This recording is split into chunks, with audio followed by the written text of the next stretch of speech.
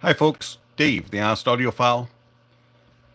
This is the Moondrop Illustrious, and these are my Honest Audiophile impressions. I want to thank Apos Audio for providing the Moondrop Labs Illustrious for review. Greatly appreciate it. Apos Audio, you rock. Alright, so the Moondrop Illustrious. This will set you back $900 from your bank account. It is a single dynamic. There's only one dynamic. It's an 11 millimeter dynamic driver. It has a TAC diamond coated dome composite diaphragm, 25 ohms of impedance, and 124 decibels of sensitivity. Frequency response range of 10 hertz to 50 kilohertz. The Moondrop Illustrious, it comes in a pretty mundane black box. You get a little bit of branding here on the front, a little bit of information there on the back side, and that's it. Not much to really talk about. When you take the sleeve off, you're greeted by another black box. It has a little bit more branding on it. You open it up, place for your IEMs to sit, and a place for a carrying case, and that's it. For a $900 product, not really that spectacular and like enticing type of unboxing experience. So accessories that you get the bunch of tips. You get 2 cases of tips. In one you have standard silicone tip, and then you have spring tips. As you see, there's one missing here, and that is the medium spring tip. Those are the ones that I'm using. And then in the other one, you get the foam tips, and then you get UC tips. Now, unfortunately, because this is a demo unit, I did not get the medium size that I needed of the UC clears. I don't know where they're at. Somehow they got lost in the shuffle between reviewers. So unfortunately, I wasn't able to test the UC clears that are provided. And then you get this. You get the carrying case that's like this brown leather, has Moondrop branding on it, a nice zipper, and it's a hard shell, and it's definitely going to protect your Illustrious. Inside you have enough room for your Illustrious to sit, and then they also include another bag for the second swappable nozzle that you get that goes with the with the cable. So anyways, it's a nice case. It's going to protect your Illustrious very well. I was rather kind of disappointed in the unboxing experience. I mean, I understand keep it simple, and normally I like that, but for a $900 price point, I kind of want something that's going to catch my eye and be a little bit more just enticing. So anyways, the Illustrious. So the cable. This also was kind of a disappointment. It's not a bad cable. It's a nice cable, well built. If it was a couple $100 of an IEM, this is $900, and this just feels like something that I would get with more of the simpler, cheaper Moondrop products. This doesn't feel super lush and premium for $900. I would expect more. Now, the one nice thing about this cable is it does have swappable terminations. You just unscrew, and then there are very, very hard to see lines. You probably can't see it on the screen there. That there's a little dot and a line that you hook up, and you can just somehow get it lined up. Okay, it's really hard to do when you're trying not to. All right, hold on. There we go. And then you screw it back on. So you have 4.4 and 3.5. I use 4.4 most of the time because that's what a lot of my terminations are on my amplifiers and sources. It really had nothing to do with that the Illustrious needs to be powered balanced. All right, so anyways, cable wise, ear hooks, they're a little bit on the flimsy side. They're not too bad. I mean, the cinch doesn't really work, and it's just an okay cable. As mentioned, it just doesn't really match the price point. The Illustrious themselves, small, actually quite light for being metal. You have gold and then silver. It's kind of a nice little look to it. A little bit of a flat back with a step. It's not very ergonomic, but the little teardrop shape with them is kind of cool. Similar-ish to Cadence and Kato type of design, and a few others of Moondrop. They are a very glassy back, very fingerprint magnets, and they also get scratches. If you look closely on this demo unit, there are some scratches on it already from just being used over and over again. So keep that in mind.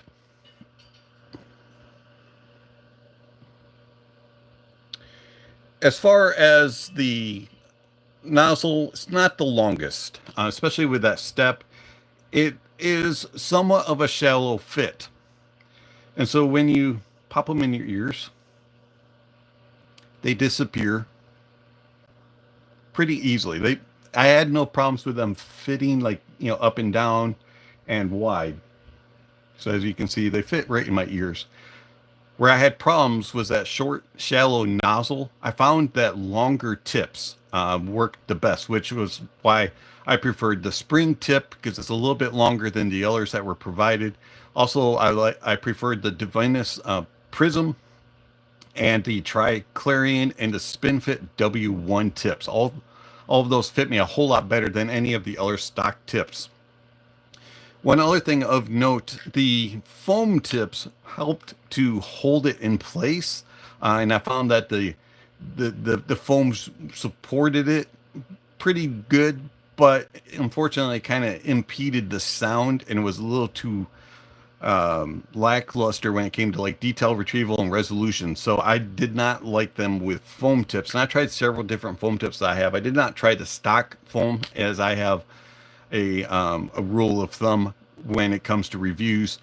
Demo units that are going to be returned or sent around about, do not use the stock foam tip.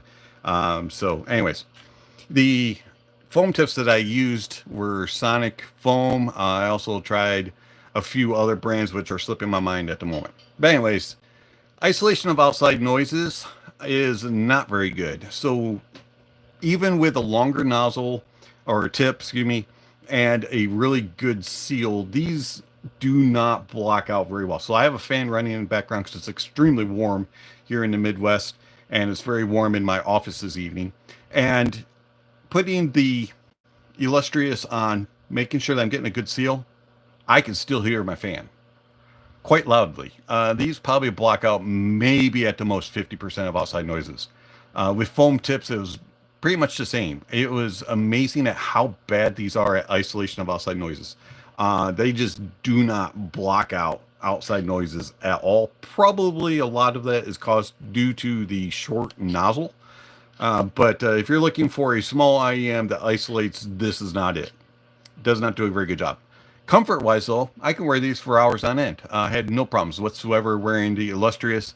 The feel of them and the size of them, the weight of them was just fine, and I didn't have to take very many breaks throughout an 8-hour listening session. Just enough time to maybe stand up and go to the restroom and sit back down was about the only time that I paused the music and took them out of my ears. So they can be worn for a long time. It's just isolation of outside noises, not good. All right, so the source pairing of the Moondrop Illustrious being 25 ohms and 124 decibel sensitivity, these things are very easy to drive. Everything drives them. It doesn't matter how powerful your dongle is or how powerful your device is, they're going to run very, very happily. They're very content on anything. The other thing that is really nice about them is they didn't really hiss at higher output impedance devices. I was able to use anything like the Mytek Liberty DAC 2, which has a higher output impedance out of its 1/4 inch, and had no problems. with it hissing. So they are not picky in that regard. Another thing, the Moondrop Labs Illustrious is very revealing of your source. So if your source is a warm, kind of lush, thicker sound, the Illustrious is going to reveal that to a degree. If it's a cold, analytical, clinical type of sound, it's going to reveal that. So it kind of comes down to what is your preference for sound with what you pair the Illustrious with. I found that I preferred it on a very neutral, natural source, something like the SMSL DS20, the Mytek Liberty DAC2, FIO K19, things like that. I really enjoyed the Illustrious on. So, speaking of sound, how do the Moondrop Labs Illustrious sound? So the Moondrop Illustrious has a very neutral, balanced, and cohesive sound signature.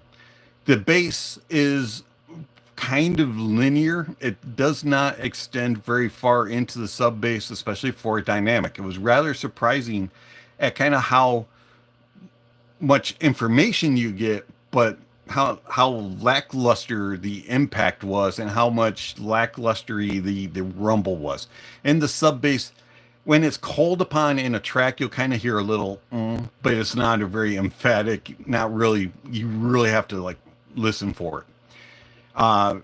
Impact in the mid bass and in the upper bass isn't really there. Now you're going to get the details, you're going to get the information, and it's not to say that there's no impact, because there is, but it's just kind of light. It just kind of feels like it's kind of giving it to you because it's in the track. It's not really giving it to you so that you can feel it in the track. It's more about the quality than the quantity, but I like a balance between quantity and quality, and this doesn't have that. It's about the quality. It doesn't really have much quantity at all. I could definitely use more quantity.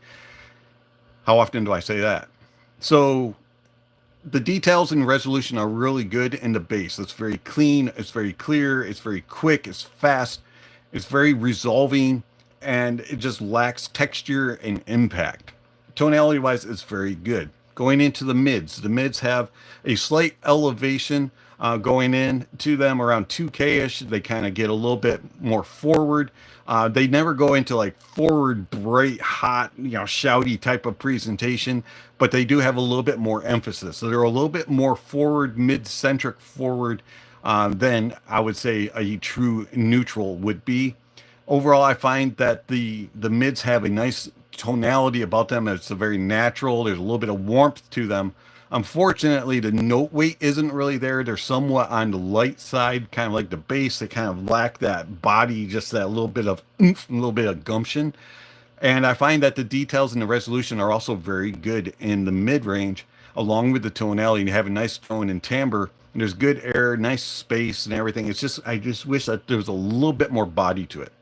Going into the treble extends nicely and is well controlled. There's good air and space. There's a nice bite and edge. At times it can be just a little bit too much. Just like the mids, there can be just a little bit too much emphasis, especially in the lower mids. And things like cymbals, higher reaching brass instruments, some woodwinds can sound just on the verge of being screechy at times, depending on the track and what, how many instruments are involved and things like that. You can have a few moments of ooh, like that, but for the most part, it's a pretty good, balanced, controlled treble. I find that the air and space is nice, and that there's a good amount of brilliance, a good amount of energy and sparkle, and just nice bite and edge. But it just has those moments sometimes of a little too much. Soundstage of the Illustrious is actually quite wide. I was rather impressed at how big the stage sounds on the Illustrious. It does a really good job of small, medium, large, and going into the grand side. You can really kind of get immersed into the stage. It does a good job of just kind of putting you in the space. It feels big, it feels deep, and it feels very layered. And it does a really good job with its imaging. You can track things across. It's very precise. You can go, yeah, that's right there. That's right there. And you can really hone in and follow things across the stage from side to side. And you can read in several rows behind and around. You can really pick apart the stage. If you like to nitpick sound stages in an IEM, the Illustrious is very good at that. Also, I found that the layering is very good. It stays very well controlled and isolated and separated and giving everything its own little place. You can pick apart the stage by going, that's that instrument and it's moving there. It's there. Those two are next to each other. That's behind, that's in front. You can really nitpick things very well.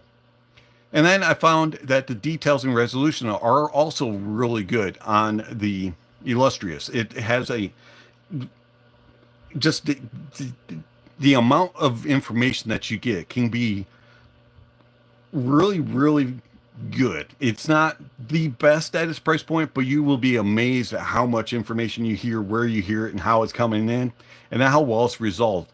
The only times that I had any real issues with resolution were in the treble. At times it could get just a little too sizzly, but for the most part, it was very well done when it came to a single dynamic for details and resolution. Tone and timbre, very, very good. I found that it has a very natural presentation as far as tonality, but unfortunately it's a little bit on the light side, and it doesn't have a lot of body to it. It doesn't have a lot of just that fullness sound. It's very airy, very light sounding, and that goes from the bass, the mids, and the treble. And so it is a little too thin, and at times it just doesn't sound quite as natural as you would think from a dynamic. So, the Illustrious. I like it. I like it quite a bit. And as I was listening to it, I was like, what does this remind me of? And then I started to compare it. And as I started to compare it, and I was looking at different price points, and I was like, I don't have any single dynamics in this price range, and I don't have any single dynamics that are really pricey at this time. Some of them are out on loan, and I don't like to review things that I don't have in-house and be able to do side by side. So I started listening to things that were a little bit pricier and maybe some other configurations. And the one that stood out in comparison was the Westone Mach 60. And I know the Westone Mach 60 is BA, and I know that it's a little bit more expensive. But when I was listening to it, I was noticing that the Moondrop Illustrious has similarities. It's a little bit more forward in the mids, but it's a very excellent in details and resolution, very natural in tone and timbre, and it has very good placement and imaging and depth and layering and soundstage. But the differences are with the Westone Mach 60, it is slightly better details, slightly better resolving, and it is more natural, and it's more accurate, and it has better tone and timbre. And when I say that, I mean it has more fullness, more body, more impact, punch, and slam. Now, the Westone Mach 60 is not a bass beast at all, but in comparison to the Illustrious, it is. And it's just doing bass accurately. And then it also has a controlled treble, and it's not quite as shimmery and a little bit as sizzly as it is on the Illustrious. The Mach 60 is a little more controlled and a little bit more refined, defined, and focused. Soundstage wise, the Illustrious is a little bit wider, but when it comes to its imaging and when it comes to its placement, depth, and layering, the Mach 60 is a little bit better. And I look at it in two ways when you're comparing these two. Do you like a neutral sound to be thin and airy and light and very detailed and slightly forward in the mids? You might go for the Illustrious. But if you like a little bit more natural fullness, a little bit more body, a little bit more impact, and just a little bit more natural tone and timbre, I would go with the Westone Mach 60. And for me, my personal preference is the Mach 60. I do think it is the better IEM, and I do think that it is the true neutral representation in this price point. But I do like the Moondrop Illustrious, and I recommend it for you all that like a natural presentation, a little bit lighter, thinner tonality, and a little bit less body, and a more quality in the bass than quantity in the bass. All right, let's look at questions, comments, concerns, and see how you all are doing this evening. All right, so we have Jean's. I'd been wondering about this after always coveting the illumination. However, I bought the Pavani, which came out at the same time, and it was way too bright. So now I'm more cautious about Moondrop. I haven't heard the Pavani, and I haven't heard the illumination, so I'm not sure exactly how either one of those sound. This is driving me nuts. Let me fix my camera. There we go. Sorry about that, y'all, if you couldn't see properly. But anyways, I haven't heard either of those, and I've always wanted to hear the illumination. The Pavani, is that the earbud one? Yeah, I don't really care for that one. That type of presentation. All right, let's see here. Moondrop tends to have moisture problems. Does this one have that too? I didn't notice any. In fact, I haven't really noticed moisture problems with any of the Moondrops that I have. I know some people have mentioned that in the past on some of my reviews, but I've never had that issue, never noticed it. RJ, there's nothing that's like a dumb question. All right, dumb questions don't exist. There's no, since everyone has a different frequency response curve, how can the same product be good for different people? Everyone will hear it differently. Absolutely, everyone will hear it differently. Now that doesn't mean that it's obviously it's going to measure a certain way because of the way it's tuned and things like that. However the manufacturer builds it. You have to kind of know the differences between measuring rigs and all that kind of stuff. Now I'm no professional on this, and I'm no expert, so I'm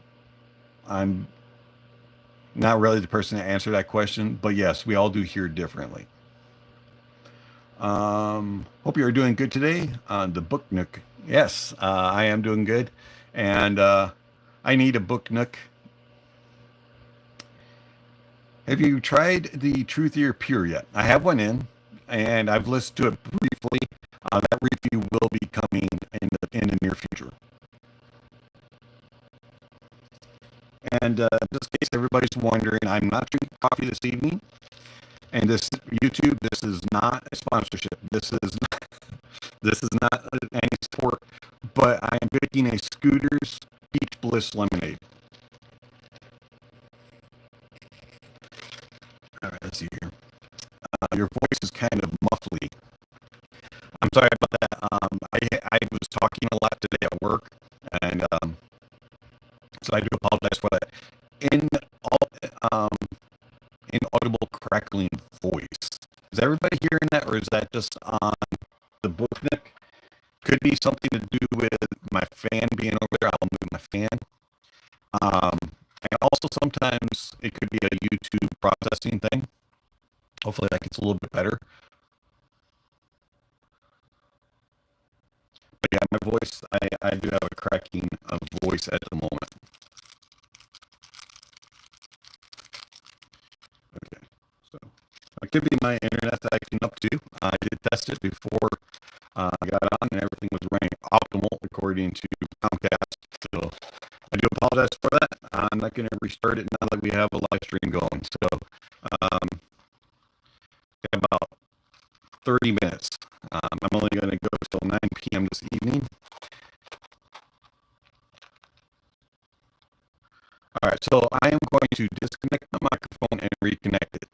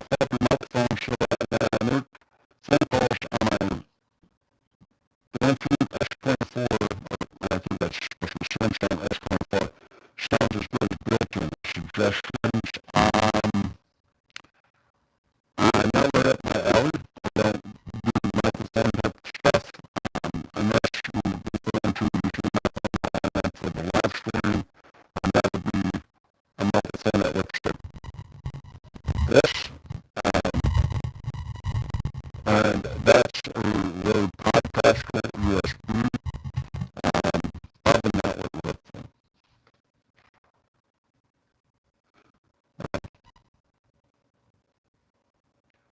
I'm sorry that you can't make it, so since everybody's having audio problems with me, I'm going to end the live stream, and nobody can hear me out, so I do apologize. I'm going to disconnect and have a good night. Thanks for watching, and have a great day.